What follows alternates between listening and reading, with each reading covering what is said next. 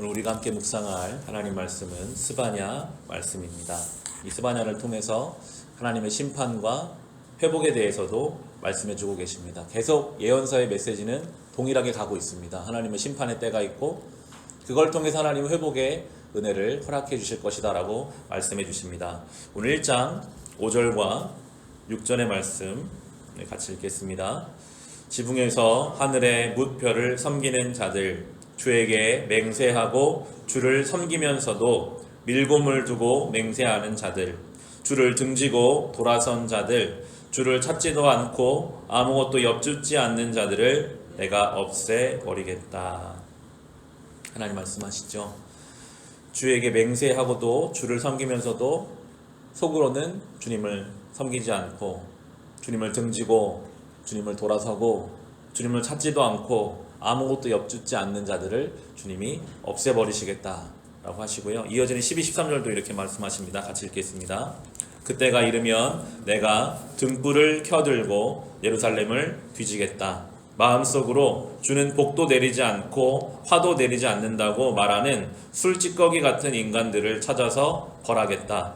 그들은 재산을 빼앗기고 집도 헐릴 것이다. 그들은 집을 지으나 거기에서 살지 못할 것이며 포도원을 가꾸나 포도주를 마시지 못할 것이다. 무서운 말씀이죠. 주님께서 등불을 켜들고 뒤지겠다라고 하십니다. 그러면서 마음속을 이야기하세요. 우리 주님은 우리의 마음을 감찰하시는 분이십니다. 아무리 외형적으로 종교 생활을 열심히 한다고 할지라도 오늘 속마음으로 그렇게 이야기하고 있잖아요. 하나님은 복도 내리지 않고 화도 내리지 않는다. 하나님 없다는 거거든요. 종교 생활은 하지만 하나님 믿지 않는 그들을 주님이 그 마음을 다 아셔서 그들은 집을 지어도 거기 살지 못하게 할 것이고 포도원을 가꿔도 포도주를 마시지 못하게 할 것이다. 이런 표현이 계속 예언서에 나오고 있는데 아무리 하나님 아닌 다른 것으로 내 인생을 채우려고 열심으로 쌓아두고 붙잡으려고 해도 그것이 결코 그 인생을 안정적으로 할 수도 없고 온전한 보상이 될 수 없음을 말씀하고 계십니다. 하나님 없이 사는 그 인생이요, 그 인생이 이미 심판 가운데 사는 인생입니다. 하나님 없이 아무리 풍요로운 것 같아도요, 늘 거기에는 두려움이 있고 갈급함이 있고 채워지지 않는 그런 불안함이 있습니다. 하나님 없이 사는 그 하루하루가 이미 하나님이 주시는 심판 아래 사는 인생이고 하나님 없이 그 어떠한 것도 그 인생을 풍요롭게 할 수 없음을 성경 우리에게 가르쳐 줍니다. 성도들은 우리에게 그래서 이렇게 말씀하십니다. 2장 한 장 넘기셔서 2장 3절 말씀 같이 읽겠습니다.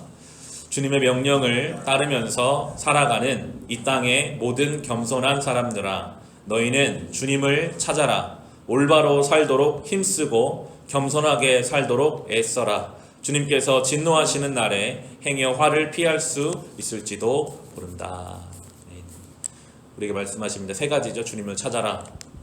올바로 살도록 힘쓰고 겸손하게 살도록 애써라. 찾고 힘쓰고 애써라. 신앙의 길은요, 그냥 마음 놓고 가만히 있으면 되는 것이 아니라 찾아야 하고 힘써야 하고 애써야 하는 것입니다. 우리 안에 주된 본성이 살아있잖아요. 그냥 두면 자연스럽게 우리는 우리 안에 수많은 잡초들이 자라나고 가시덤불이 자라나고 불신앙이 막 키워집니다. 그래서 하나님 오늘도 말씀하시죠. 주님을 찾고 올바로 살도록 힘쓰고 겸손하게 살도록 애써라. 사도 바울도 그랬습니다. 내 안에 두 가지 법이 있다. 나는 공고한 사람이다. 늘 우리는 내 육신의 죄된 본성과 내 안에 성령께 의지해서 그런 거룩한 본성이 싸워야 합니다. 오늘도 우리는 그 길을 가야죠. 예배를 마쳐 다시 우리 삶에 가면요, 우리는 또 싸워야 될지도 모릅니다. 내 현실, 내 안에 죄된 본성과 주님 말씀이 내 안에 싸울 때 그때마다 우리 이 말씀 붙잡고 주님, 오늘도 제가 주님을 찾습니다. 오늘 내가 올바로 살기를 힘쓰겠습니다. 겸손히 살도록 애쓰겠습니다. 주님 나와 함께 해달라고 구할 때 우리는 이 믿음의 싸움을, 선한 싸움을 싸워갈 수 있을 것입니다. 3장 11절 12절도 계속 그렇게 말씀하시는데요. 3장 11절 12절도 같이 읽겠습니다. 그날이 오면 너는 나를 거역한 온갖 잘못을 부끄러워하지 않아도 될 것이다. 그때 내가 거만을 떨며 자랑을 일삼던 자를 이 도상에서 없애버리겠다. 내가 다시는 나의 거룩한 산에서 거만을 떨지 않을 것이다. 그러나 내가 이 도성 안에 주의 이름을 의지하는 온순하고 겸손한 사람들을 남길 것이다. 아멘. 그날 주님이 계획하신 날이 오면요, 교만한 것들을 다 쫓아내시고 꺾으시고 겸손을 남기시겠다라고 말씀하고 계십니다. 모든 성도는 그 날을 향해서 가고 있는 존재입니다.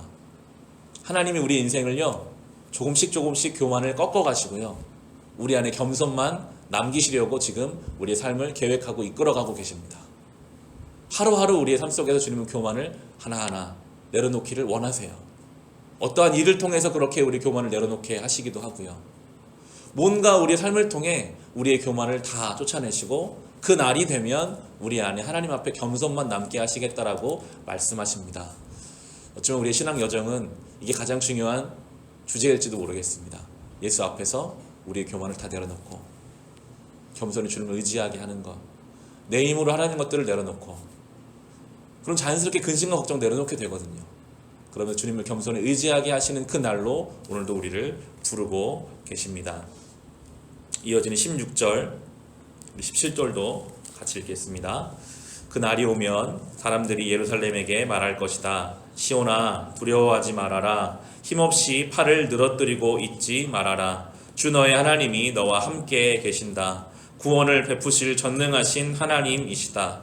너를 보고서 기뻐하고 반기시고 너를 사랑으로 새롭게 해주시고 너를 보고서 노래하며 기뻐하실 것이다.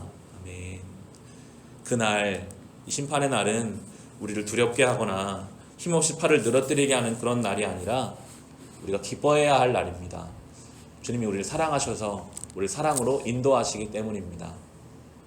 계속 구약 성경은 성경 전체가 그렇지만 하나님의 정의와 공의, 하나님의 사랑을 같이 이야기합니다. 하나님의 심판은 정의에 속해 있죠. 하나님의 회복은 사랑에 속해 있습니다. 근데 감사한 것은 결론은 사랑으로 나요. 그게 하나님 방법이에요. 하나님이 우리를 사랑하시기 때문에 공의의 하나님이시지만 결국에 예수 그리스도 오신 이유도 그 사랑으로 결론 짓기 위해서이십니다. 그게 우리에게 큰 소망이죠. 아무리 하나님이 우리의 죄를 미워하셔서 우리의 죄를 심판하시면 결국은 사랑으로 결론 지으시는 것이 하나님의 뜻임을 우리가 날마다 말씀을 통해 깨닫고 있습니다. 우리가 하나님 형상을 닮은 존재라면요, 우리도 그렇게 살아야 합니다. 우리 안에 공의와 사랑이 같이 있죠.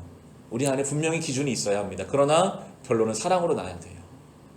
우리가 하루하루를 살아가는 동안 우리의 눈에 수많은 기준이 보입니다. 내 자녀도 눈에 보이고요, 내 배우자도, 내가 매일 만나는 그 사람도 내 공의로운 내 기준에 벗어날 때가 있어요. 그것이 마음에 들지 않을 때가 있죠. 그러나 결과적으로는 사랑으로 덮으며 끝을 내야 그것이 바로 성도의 삶이 될 것입니다. 우리가 그런 사랑받은 자잖아요. 그러니까 우리도 그런 주님의 방식으로 우리 삶을 하루하루 살아감으로 그날 주님이 우리를 얼마나 사랑하시는지, 우리의 교만을 꺾으시고 겸손을 베풀어 주시는 하나님의 은혜 앞에 우리가 서게 될 줄을 믿고 이 하루도 그 은혜를 붙잡고 묵상하며 살아갈 수 있으시기를 주님의 이름으로 축원합니다.